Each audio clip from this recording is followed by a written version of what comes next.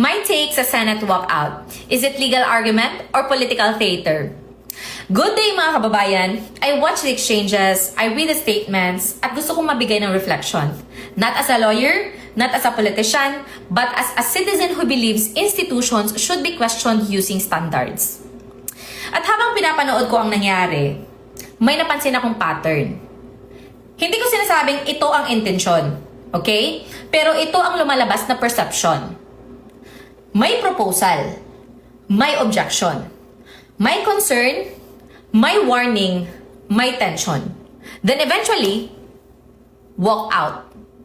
At doon ako napaisip, sandali, kung ang argumento ay sobrang lakas, bakit hindi tapusin sa loob ng proseso? Kasi para sa akin, ang pinakamalakas na oposisyon ay hindi yung unang umaalis. Ang pinakamalakas na oposisyon ay yung huling nakatayo habang nasa record pa ang argumento. Now, let's talk about substance, okay? Senator Marcoleta raised a proposal involving Senate rules. Then, Senator Ping Lacson emphasized caution on parliamentary process. Tapos, si Senator Raffy Tulfo publicly raised concerns about timing and whether there was enough deliberation. And Senator Kiko Pangilinan questioned whether debate was prematurely closed. And Senator Risa Hontiveros challenged the framing and broader implications. So those are valid concerns, okay? Pero ang tanong mga kababayan, do concerns automatically become constitutional violations? Hindi. Because legal analysis does not end at concern. Doon pa lang nagsisimula. Okay? Now, Article 6, Section 16 of 3 of the Constitution, mga kababayan, it says there, each house may determine the rules of its proceedings. So, napaka-importante niyan. Meaning, mga kababayan, the Senate has a constitutional authority to regulate internal procedure. So, hindi unlimited. Pero hindi rin automatic na kapag hindi tayo sang-ayon, invalid agad. Okay? Then Article 6, Section 16 of 2, it says there, a majority of each house shall constitute a quorum to do business. Tama. Quorum matters, okay? Pero quorum, provisions answer, may authority bang mag-transact? Hindi nito automatic na sinasagot ang tanong na, pwede ba ang ganitong amendment? Pwede ba ang ganitong attendance mechanism? Pwede ba ang ganitong internal process?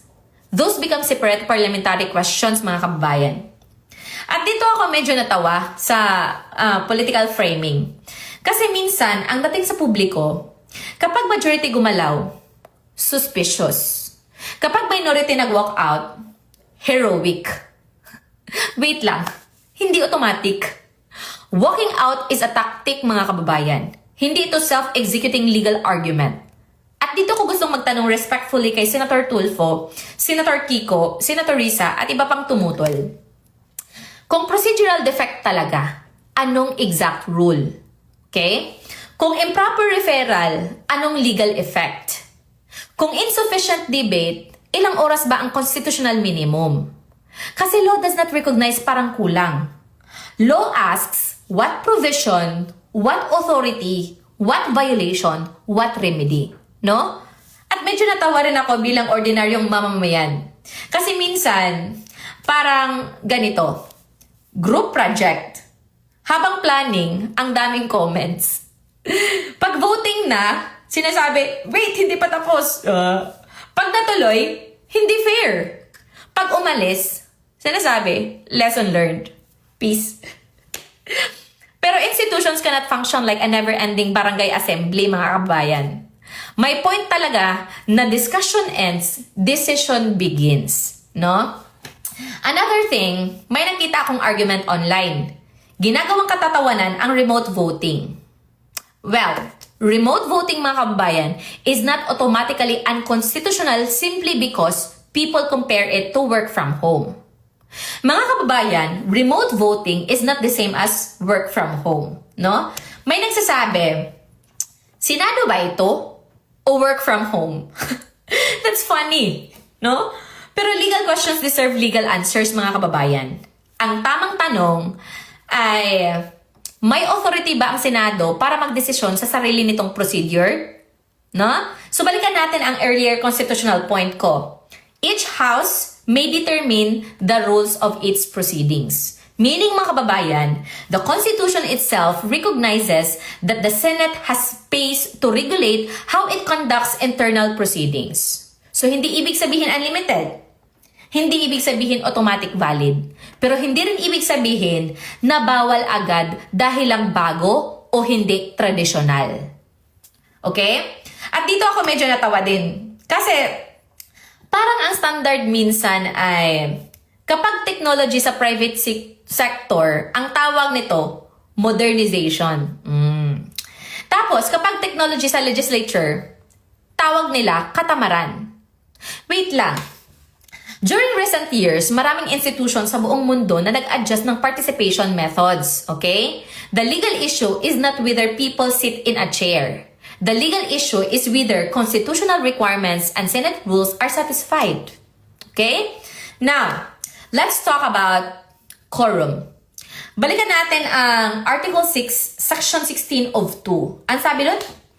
A majority of each house shall constitute a quorum to do business. So that means quorum still matters. At ito ang importante mga kababayan. Even people who support remote participation still need to answer. Counted ba iyon sa quorum? Authorized ba iyon ng Senate rules? Compatible ba iyon sa existing practice? No? Those are legitimate legal questions mga kababayan. Pero ang hindi legal argument ay eto. Parang work from home kaya mali. Respectfully, that is a meme, okay? Not constitutional analysis. At para sa akin, medyo nakakatawa rin na kapag may Zoom meeting sa boardroom, ang tawag nila, innovation. Kapag may remote mechanism sa legislature, ang tawag nila, apocalypse. Ano ba yan? Relax. Hindi lahat ng bagong procedure ay constitutional violation. At hindi rin lahat ng bagong procedure ay automatically valid. Okay? Debate it, test it, challenge it. Okay? Pero argumentuhan natin sa Constitution, hindi sa meme template. Okay? Now, let's talk about biblical lens. Okay? Romans 13 reminds us, authority carries responsibility and order. So, hindi ibig sabihin laging tama. Pero criticism must also carry discipline.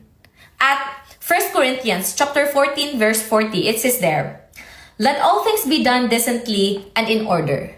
So napakalalim nito mga kababayan. Order is not oppression. Procedure is not persecution. Disagreement is not injustice. Okay? At Proverbs teaches, the first side sounds convincing until examined. So meaning mga kababayan, huwag tayong mag-impress agad sa dramatic moment. Okay? Examine, question, compare, and demand evidence. Because the strongest argument mga kababayan is not the one that exits the room. It is the one that survives inside the room. Okay? So that is my reflection.